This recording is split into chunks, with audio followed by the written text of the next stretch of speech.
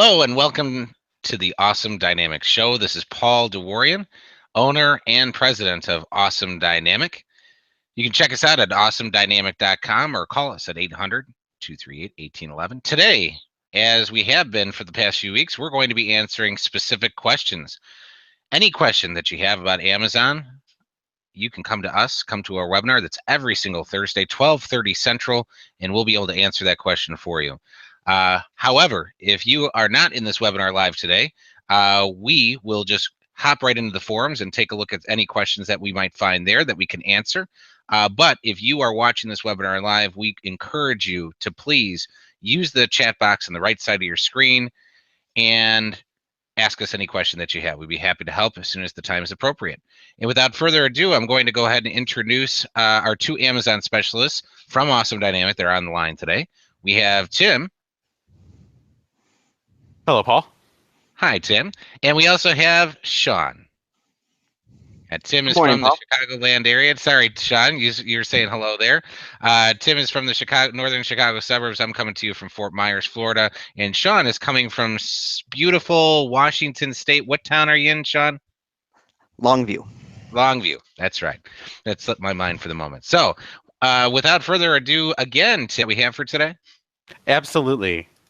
All right. So we also not only do we monitor the seller forums, but we also look at the different places where people can go and communicate and chat. And one of those places is this subreddit for fulfillment by Amazon.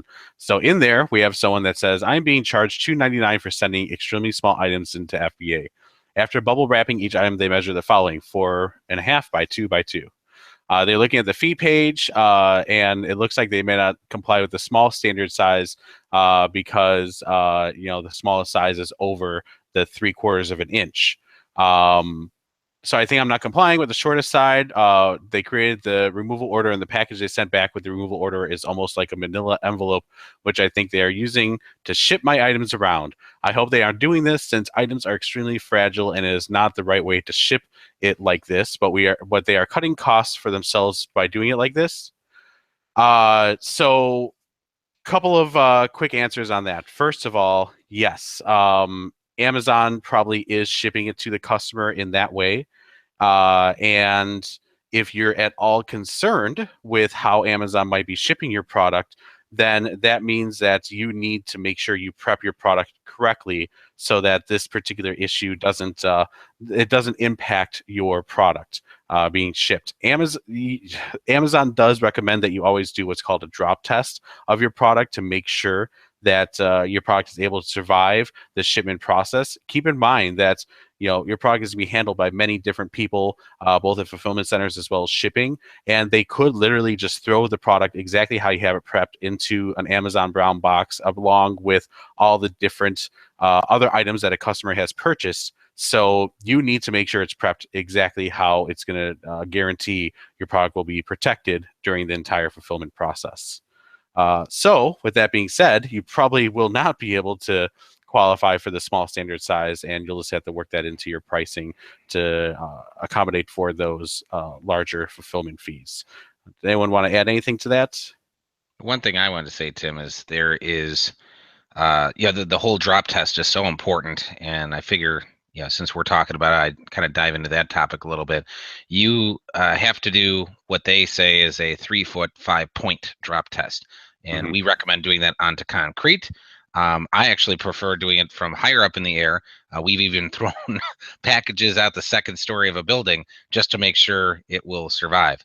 But you like Tim said, they could be packing it with anything else that somebody that a customer might be ordering. So we hope that it's just going to be a whole bunch of pillows that somebody ordered with your product. But if it isn't, if it's a whole bunch of bricks and it's slashing around the box like that, that could really damage your product. And you don't know what's gonna happen when it's going through the carrier, whether that be UPS, FedEx, USPS, laser shipper, whatever, and how it's going to be treated. So really getting that packaging down correct to make sure your product survives is of paramount importance. Now, that being said, there are ways to kind of reduce the overall outside dimensions of your product in strategic ways. For example, if your product doesn't really require bubble wrap, but you're just looking to protect it in some way, they make these indestructible boxes. We use those for several of our products. I think we do some olive oils and some other stuff. Tim, I know. I think it's tins of olive oil Yep. in indestructible boxes from Uline. But that's a way to keep the size really small, not add additional padding to the outside of your box, while still outside of your product, while still having a really rigid to the product, which can then drastically reduce the amount of extra outer dimension that you create by bubble wrapping something. So just, I mean, you can see in the picture there, someone standing on the box. I mean, these things are pretty sturdy. So just something to think about when you're deciding on how you're going to package. You don't have to just go with bubble wrap because it's there and what you're familiar with. There are lots of creative packing options out there. Yeah, that's a really good point, Paul. There's no one cookie cutter solution for it, and just make sure you protect your product correctly. Sean, do you want anything, or think we're good to move on? No, I think you guys covered it fairly well. Awesome, thank you. All right, so the next item that we have on our list here is to talk about a seller who says FBA fees are being calculated wrong for his media items. So he gives us some information about where it looks like the incorrect dimensions were entered into Seller Central when they added the products to their account, and so that caused them to have the fee go from $241 to $418 per unit. This can happen. Even if it wasn't something that you had done, and maybe you did put the information incorrectly, maybe you didn't. But the quick answer to this is going to be that you can request that Amazon do what's called a Cubiscan of your ASIN to verify that the dimensions and weight are all correct. If you do this, Amazon will basically run it through a machine that will very quickly and accurately weigh and measure the product, and then update your fulfillment fees to reflect that. I've also seen where if you do find that a lot of your orders had a higher than should be referral fee or a fulfillment fee associated with it because of this error, you can oftentimes request that Amazon reimburse you for the difference. So those are two things that I would recommend you do in this particular scenario. I also want to make sure that you know that for media items now, there is no special pricing for media items anymore like there was before. You are paying the same fulfillment fees, which is higher than just like all the other products that are sold on Amazon. Anyone else want to add anything to that? I think you pretty much covered that one, Tim. I don't have any additional comments. Do you, Sean? No, I don't. All right. What do we got next? All right. So next question is going to be, why did this happen? They said that they created their Amazon seller account, and all of a sudden, as soon as they created the account, he got a notification that the account was suspended. So they sent us a photo here, basically showing, and I don't know if I can show that very easily. To show us are never good. Yeah, so it says, thank you for registering to sell on Amazon. Says that, you will be unable to sell the site until our review is complete. This is common. This is actually what Amazon is basically doing now for all new accounts. And what's happening is that Amazon, instead of just allowing a seller to just all of a sudden start selling on Seller Central, they're actually going to do a check on your account to make sure that you have that all your business information is all aligned. They even sometimes ask for business license or utility bills that show that you have an actual permanent place and that everything is all lined up. Amazon's trying to combat all these rogue sellers or counterfeit sellers that are trying to just get onto the Amazon platform, list a bunch of stuff, and then run away before Amazon's able to catch them. So I believe Amazon calls this internally staging, where it's a brand new account. They immediately go into a suspension, which is staging the account, and it just takes Amazon some time to review the information, and they'll probably come back and ask you for some additional items as well. Was there anything else that we wanted to add on to that? Well, I've just having done a couple of accounts recently, like Tim was saying, we're seeing this more and more. It usually takes them about 5 to 6 business days as soon as you turn in the items they're looking for. Yours didn't look like they were actually specifically asking for something, but we have seen where they've asked for, they usually want 1 or 2 of them. Utility bill, invoices is also something they'll often ask for. So. Okay. Great. Yeah, thank you for that insight. Yeah, we're always setting up new accounts on a pretty frequent basis. So Sean's in the trenches doing a lot of that stuff. So it's good to know what's been happening most recently. All right. Let's move on to the next question here. So they say, does FBA eliminate shipping charges for my customer? So this seller went down to the FBA calculator page on Amazon and found that Amazon, for some reason, is recommending that you could raise your price to see something, basically to cover the cost of FBA. So essentially, this person is really kind of confused about what does FBA have to do with free shipping on the seller side. And I think it's just a good launching off point to talk about exactly how the two interact. So FBA obviously means fulfillment by Amazon, which means that your products are in an Amazon fulfillment center, and they are the ones who are shipping it to the customer.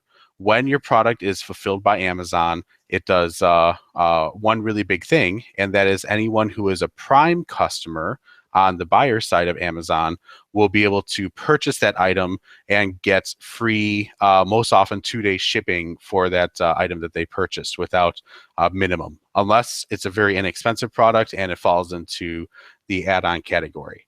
Now, let's say if a customer is not a Prime member and they want to purchase that item, they certainly can. However, because they're not a Prime customer, in order to qualify for free, what they call Super Saver shipping, then they need to buy a minimum of $35 in products that are fulfilled by Amazon in order to qualify for that. That includes both items sold by Amazon as well as sold by third-party merchants, as long as it's all fulfilled by Amazon items.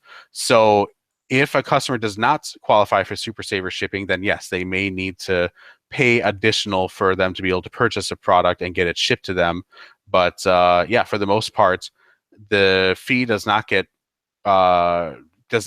carried over to the customer side unless they are not Prime members or are not meeting that minimum requirements. I think that pretty much covers that question, but I don't know if anyone wanted to add anything to that.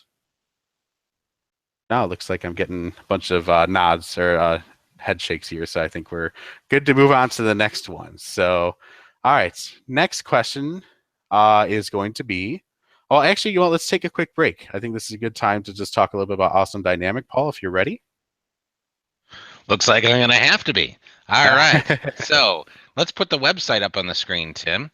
Absolutely. Just want folks to know, if you find this information valuable, you can always sign up for a webinar. It's every Thursday at 12:30 Central. Myself and Tim will always be here. Sean's graciously joining us this time. Sometimes we have Blake and some of the other folks on our team as well. At the top of the site, if you want to watch any of the past webinars, you can click on that webinar link in the upper right. There's a button there to register for the next upcoming one. All the past ones are on there. And then we actually take those webinars and turn them into blogs too. And there's lots of great information in that blog. You can take a look at all the stuff you got to know about the buy box. You can learn about FBA labeling and some of the best ways to handle that. Just tons and tons of really great, valuable, free content about anything and everything that you might want to know about Amazon. And of course, we are an SEO company too, so we got some great stuff on there as well. On the left there, you have the ability to sign up for the Awesome List. You just pop in your email, and then we'll go ahead and email you any blogs or webinars we're doing. We only send valuable content, only things that you can use to better your business. That's all we send. No advertisements from us, other than this one I'm giving to you right now in the middle of our webinar. Then if you head back over to our homepage, obviously we do Amazon seller consulting. We do Amazon account management, full service. So whether you're just starting out with a new product, or you got a big brand and you have thousands of products on Amazon and you don't know how it got to be such a mess, that's what we do.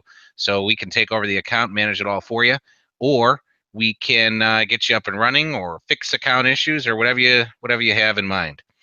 We also started as a web design and SEO company. Those are services that we have as well, and have great teams that handle those types of tasks.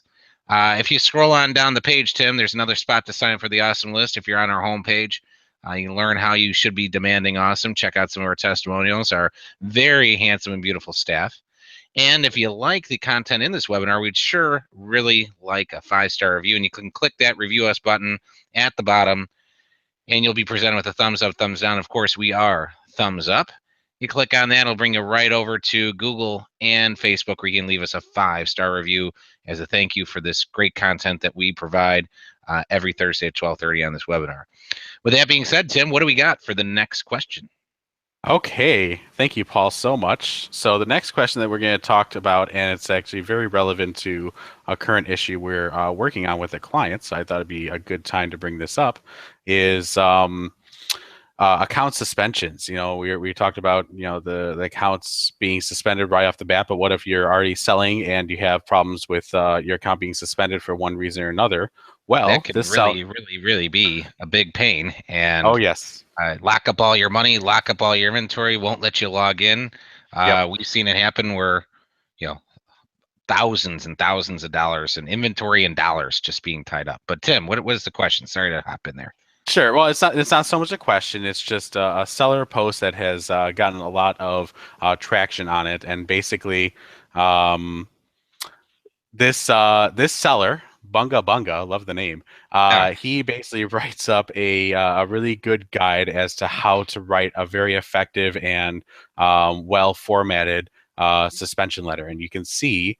Or sorry, an appeal letter to your suspension, and you can see there's a lot of information here.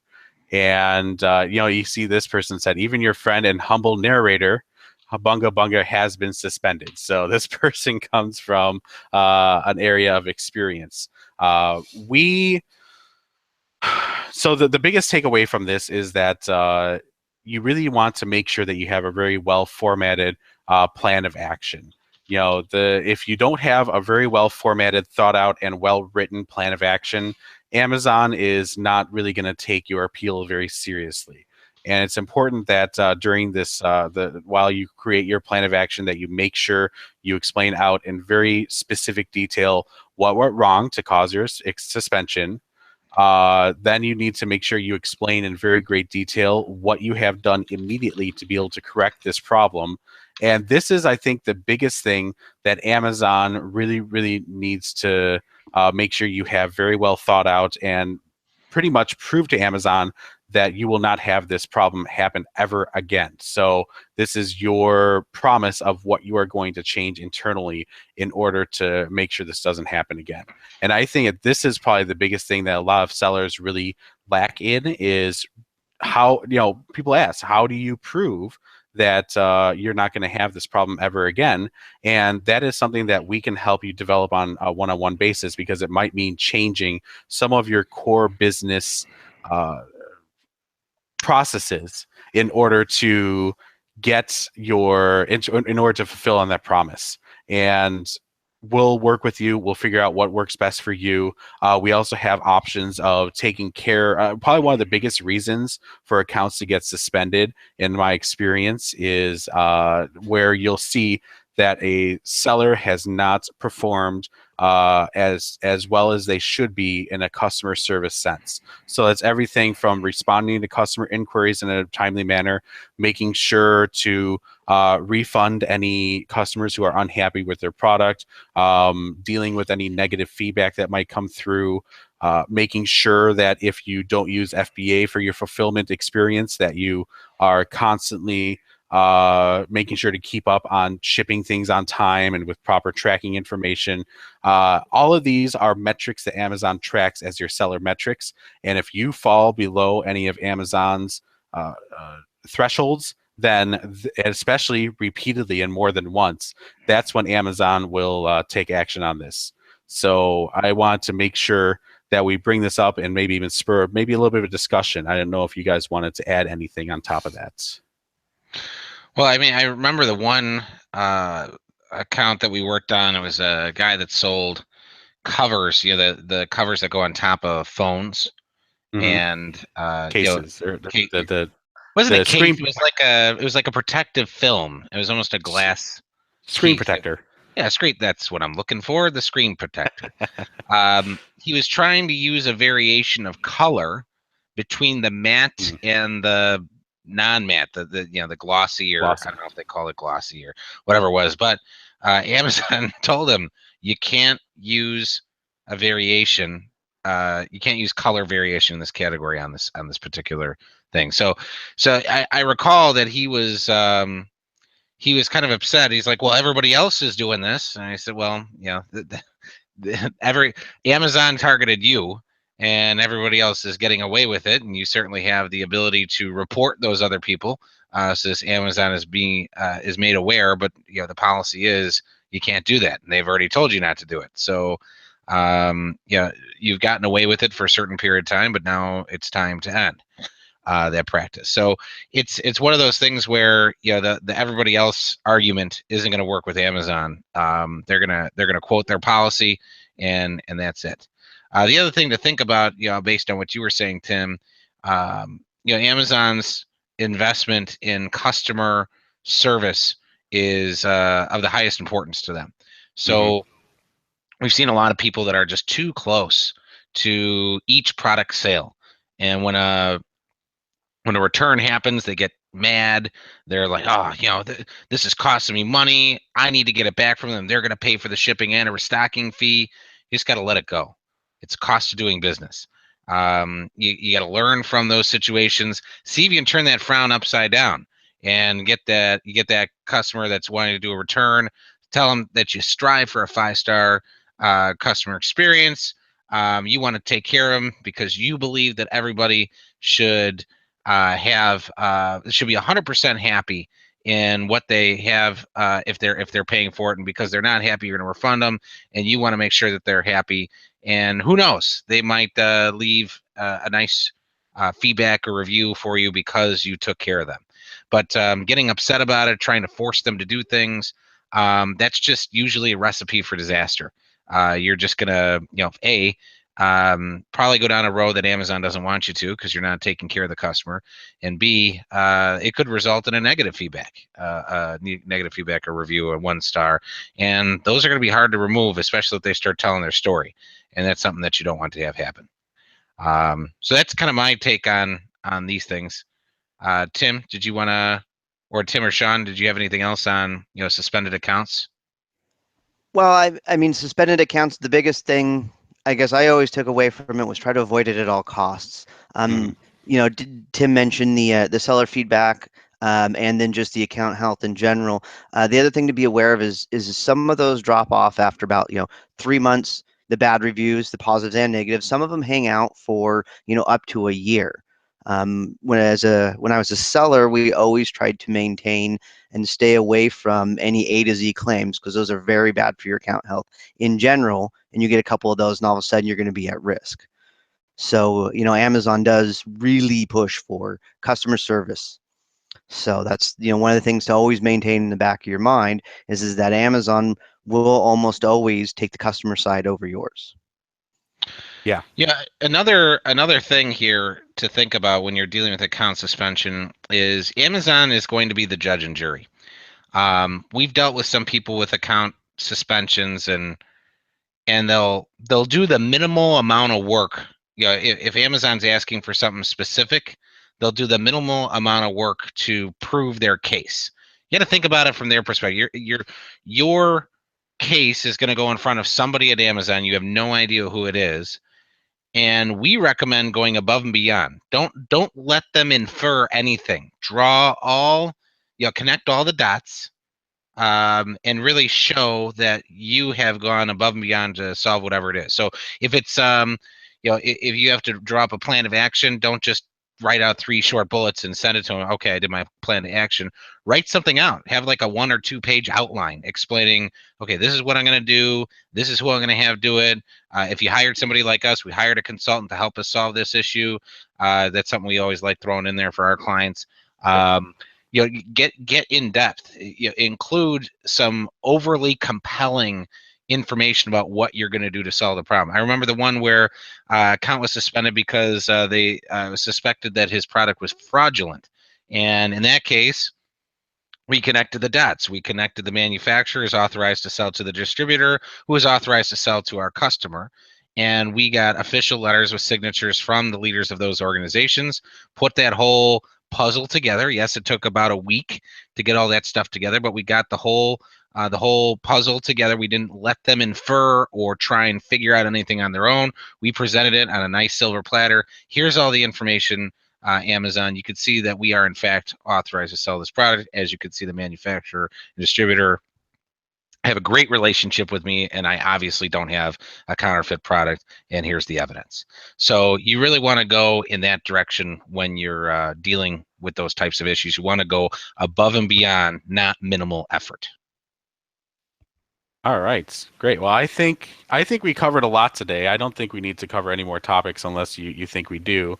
But I figured that was a really good one to kind of end on. So, Paul, I'll pass it back to you to kind of wrap this up for today. Absolutely, and just so you know, Tim, I sent Bunga Bunga a message, asked him if maybe he wants to come on as a guest in the webinar since he's given out some awesome advice. Love to meet him and see if he'd like to chime in on a couple questions with us next time. Yeah, sounds good. With that being said, we'll go ahead and wrap up for today. Again, Paul, Tim, and Sean from Awesome Dynamic. You can see our website at awesomedynamic.com. You can also give us a call at 800-238-1811. We do Amazon consulting, Amazon full service management, website design, and search engine optimization.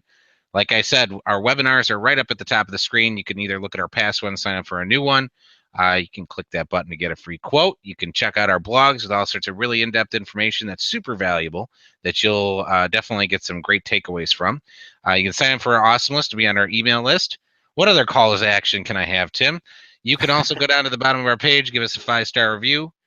There's just so many things you could do on our website. My head's spinning. But I do want to thank everybody for joining us today.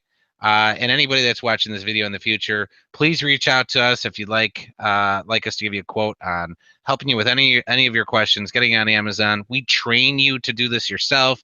We'll take over for you. We'll in a blend of anything in between, which is a lot different than a lot of other companies like ours. We'll take care of you in whatever way you need to be taken care of. So this way you can be successful. That's our goal, is to make sure that we're helping our clients become successful on Amazon and online in any form, way, or fashion. So thank you again for joining us today, and we'll hope to see you next week, Thursday, 12:30 Central. Every single week is our webinar. Thank you again for joining us. Bye-bye now.